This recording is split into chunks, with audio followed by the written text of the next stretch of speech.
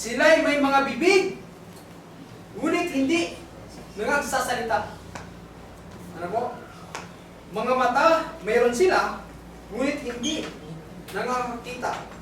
Sila'y may mga tenga, ngunit hindi sila nakakarinig. Mga ilong, mayroon sila, ngunit hindi sila nakakaamoy. Mayroon silang mga kamay, ngunit hindi sila nakakatatangan.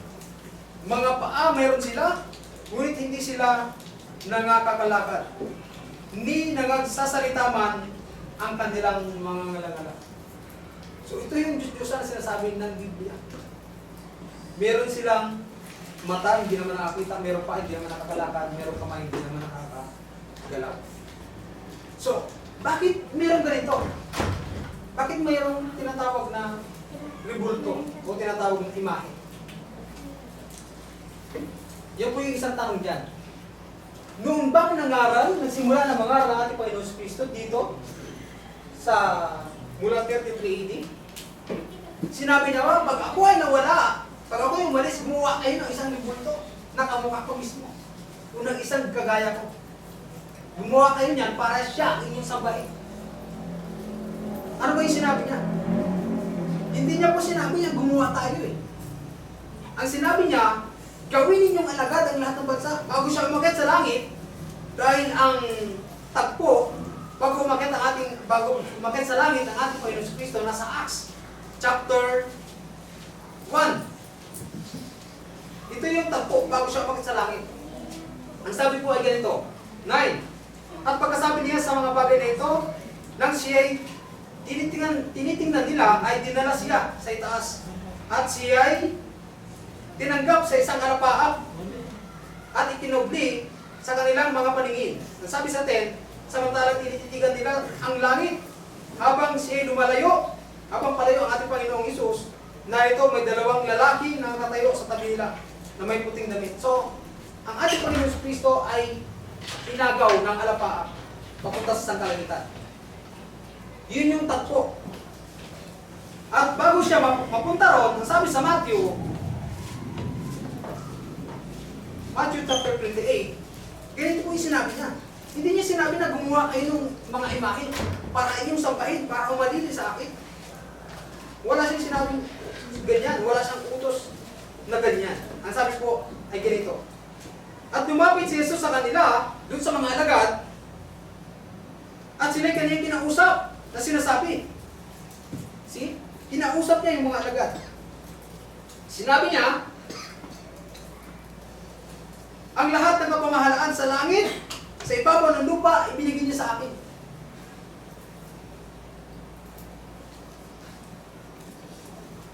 Ang sabi dito sa 19, dahil dito, magsigaan nga kayo at gawin ninyong mga alagad ang lahat ng bansa.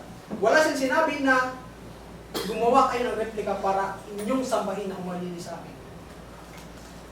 Wala po. Ang utos niya ito. Magmahalan, sambahin ng Diyos sa Espiritu at sa katotohanan. Gawing alagad ang lahat ng bansa. Mga kaibigan, yan yung utos ng Diyos. Wala siyang sinabi ganyan. Galit nga po ang Diyos yan eh. Sa Exodus, huwag kang gumawa ng anumang inanyuan.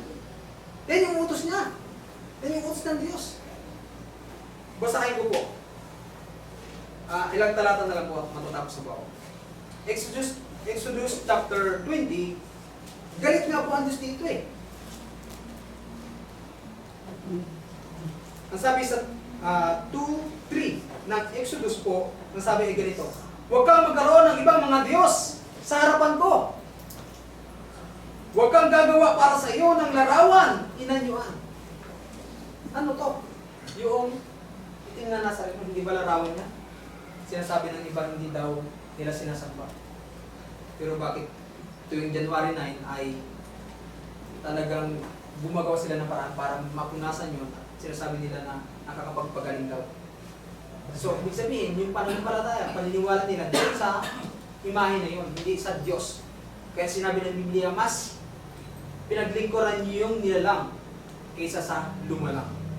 So, kasi nilalang lang po yung tinatawag na rebulto yun.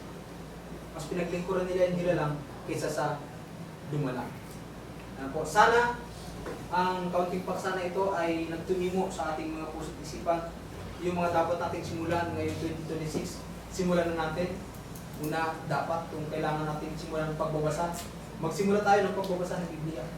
Simulan natin magbago kung may dapat baguhin sa ating mga sarili, sa ating mga pag-ugali. Kung ikaw ay nalalaman mo na ikaw ay masama yung ugali mo, simulan natin magbago kahit pakotoy-otoy lang. Gradual na pagbabago. Simulan natin na huwag mo nang gumamit ng napakahabang gadget. Ang dami natin dapat simulan. Simulan natin ang pagbabasa. Lahat ng bagay na pwedeng mabuti na dapat natin simulan natin ngayong 2026. Muli po, salamat sa inyong pong pakikinig sa oras ng ito at magandang umaga.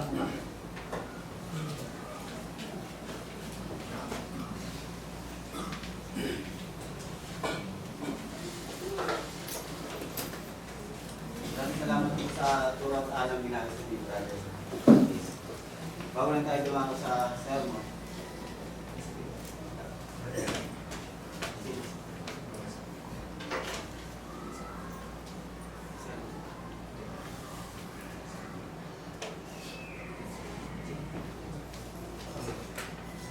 Pahawit muna ng isa.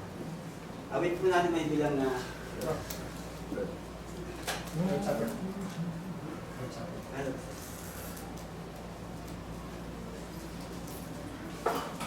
2964.